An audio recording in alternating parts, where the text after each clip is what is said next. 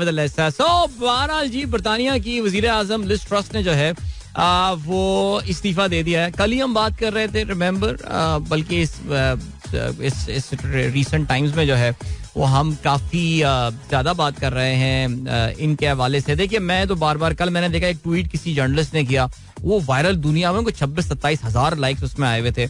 And she said it all started with Brexit. Remember, आपका भाई पिछले 2-3 दिन से यही बात बोल रहा है कि वो ब्रेक्सिट में किसी, आपको पता है ना, 2 कैंप्स थे, उसमें एक रिमेन था और एक लीव था. किसी रिमेनर की ऐसी बदुआ लगी है कि जब से ये ब्रेक्सिट का वोट जो है, जिस जमाने में उनके प्राइम मिनिस्टर डेविड कैमरन हुआ करते थे, उनको पता नहीं क्या सूझी थी डेविड कैमरन को कि जी हम जो है वो रेफरेंडम कराते हैं. Because Cameron was so confident कि यार बरतानिया, why would they leave, why would anyone want to leave EU. But वो बरतानिया के लोगों ने, जो राइट विंग के लोग थे और उनके middle class, lower middle class, उन लोगों ने कहा नहीं भाई लीव. उन्होंने छोड़ दिया और उनके तो हक्का बक्का हुए थे. I mean I specifically remember that morning, कि वो जब हम शो भी कर रहे थे और मैं, मेरे लिए भी ये नाकाबिले यकीन बात थी. और बरतानिया में जो कि पाकिस्तानी कम्युनिटी, जो साउथ एशियन कम्युनिटी थी, they were strongly in favour of remain. और वो हमारे जो कुछ जानने वाले थे वो भी सब, जैसे कहते हैं ना, they were in the state of a shock कि ये क्या हो गया. सो बहरहाल वो उस दिन से फिर आपको पता है कि डेविड कैमरन, उन्होंने ही स्टेप डाउन. फिर टेरेसा मे आई, उनका ब्रेक्सिट एग्रीमेंट यूरोपियन यूनियन के साथ वो एक मुसीबत बन गया था कि किन टर्म्स पे हम अलग होंगे. बिकॉज ये सारी बातें थोड़ी उस रेफरेंडम में डिस्कस हुई थी, उसमें तो ये था भाई रहना है या फिर हम छोड़ देंगे. और उनको इतना देवर कॉन्फिडेंट कि यार हम तो रहेंगे, इसलिए हमें क्या आगे की प्लानिंग करना. फिर बाद में उनको आया कि यार एक हमें पोस्ट रेफरेंडम भी करना चाहिए था, लोगों को 1 साल बाद follow up referendum and stuff. लेकिन टेरेसा मे थी, उन्होंने बड़ी कोशिश की कि कोई सीन बन जाए, नहीं हो पाया. टेरेसा मे चली गई. उसके बाद बोरिस जॉनसन साहब आए, और बोरिस जॉनसन साहब जब इलेक्शन भी बीच में हुए, फिर बोरिस जॉनसन साहब एक बहुत बड़ा मैंडेट लेकर आए और उन्होंने जो है the one thing that he delivered upon was Brexit. और उन्होंने कहा जी लेट्स डिलीवर इट. लेकिन बोरिस जॉनसन का अपना कॉन्डक्ट, उनका अपना कैजुअल एटीट्यूड जो है, उसने जो है वो उनकी गवर्नमेंट जो है वो स्टेबल नहीं थी कभी भी. इसमें तो खैर कोई भी शक नहीं था. तो बहरहाल फिर ये हुआ कि जी बोरिस जॉनसन साहब, आपको पता है, रिसेंटली फारिग हो गए. फिर अभी लिज ट्रस आई हैं, और लिज ट्रस जो आई वो सिर्फ 44 दिन उनको हुए थे आए हुए, और उन्होंने कल जो है ये बोल दिया that she is stepping down. We all know well what went wrong. अगर आपको याद हो तो अब से उन्होंने गवर्नमेंट में आते ही कुछ दिनों बाद एक मिनी बजट प्रेजेंट किया था.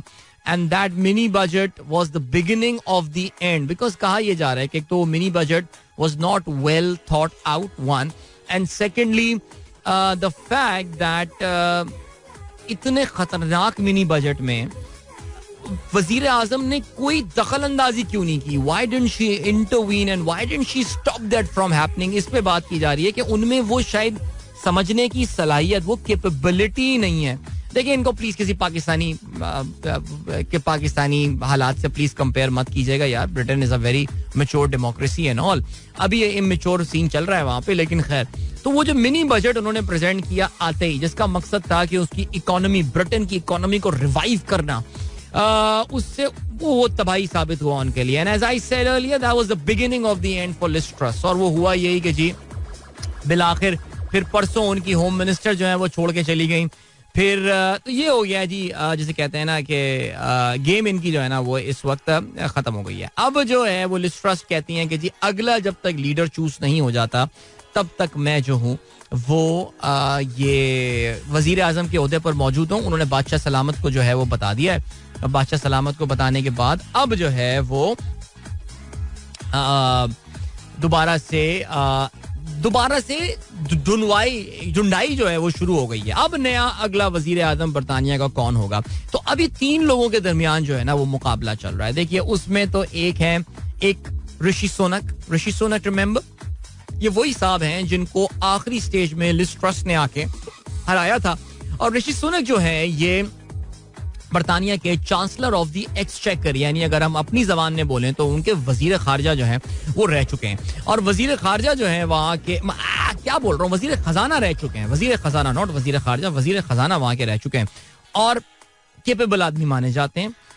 इनका नेगेटिव पॉइंट पता है क्या है आपको जिसकी वजह से शायद ये वजीर आजम फिर ना बन पाए. और इनका नेगेटिव पॉइंट ये है कि ये बहुत अमीर आदमी है जी. यानी आप देखें कि दौलत जो है ना वो असल में इतनी अमीर है कि इनकी, अच्छा आपको ये भी पता है ना इनका कि इनका जो खानदान है, इनके जो सुसर जी हैं RNR नारायणन मूर्ति, वो इंडिया के अमीर तरीन आदमी, इंडिया के IT के गुरु जो है वो माने जाते हैं और बहुत ही पॉपुलर आदमी हैं. और उनकी बेटी के साथ जो है वो ऋषि सुनक की जो है वो ऑफ कोर्स शादी हुई है. सो वेरी रिच गाय. और कहते ये हैं कि जी इस वक्त के हालात में बरतानिया में इतने अमीर आदमी को ला के बैठा देना, who might not even know about the problems of the British population. Remember मैंने आपसे कुछ हफ्ते पहले आपसे ये बात की थी कि बरतानिया में this winter is going to be tough. The winters are already here by the way. आप अगर फुटबॉल वगैरह देखते हैं तो आपको ऑलरेडी उनके कपड़ों से, ड्रेसिंग से अंदाजा हो रहा होगा that nights have already become very chilly there now. और वहाँ पे अब जो विंटर होने वाला है उसमें they are going to face severe energy shortages and all. So they have to decide. There will be certain families in UK, कुछ खानदान ऐसे होंगे जो कि लोअर इनकम के लोग हैं, मिडिल लोअर हैं फैमिलीज, जो कि डिसाइड करेंगे कि खाना खाना है या अपने घर को हीट करना है. The energy prices have shot up so much there. So अब क्या है, तो ऋषि सुनक जो है ना वो शायद इस वजह से इलेक्ट ना हो पाए, but still he is the one of the strongest candidates there. Top 2 क्या जाएगा. उनका मुकाबला एक खातून के साथ होने वाला है जिनका नाम पेनी मॉर्डॉन्ट है. और ये पेनी मॉर्डॉन्ट का नाम आप आने वाले दिनों में काफी सुन रहे होंगे. उनके साथ इनका मुकाबला. बहरहाल honestly I don't know much about this lady so I really can't comment. However, एक डार्क हॉर्स आए हैं इस रेस में. एक तीसरा बंदा जो है वो इस रेस में आ गया है और उस तीसरे बंदे का नाम है, surprise surprise, Boris Johnson himself. यानी अब से जो 45 दिन पहले वजीर आजम थे, जिनसे हाथ जोड़ के बोला गया था कि यार खुदा के लिए जो है ना ये चले जाओ यार, अब तुम you have lost the popular, अपनी पार्टी की तुम जो है ना लोग तुम्हें छोड़ के अब चले गए. सो इनको जो है वो अब बोरिस जॉनसन के जो सपोर्टर्स हैं वो उनका नाम एक बार फिर से पुश फॉरवर्ड कर रहे हैं कि अगर इन मुश्किल हालात में बरतानिया को एक बार फिर से कोई संभाला दे सकता है, so that is only Boris Johnson. So अब क्या होने वाला है, जाहिर है ये अभी टाइम है, इसमें 2-3 हफ्ते लगने डिसाइड होने में कि जी कौन अगला वजीर आजम बनेगा बरतानिया का.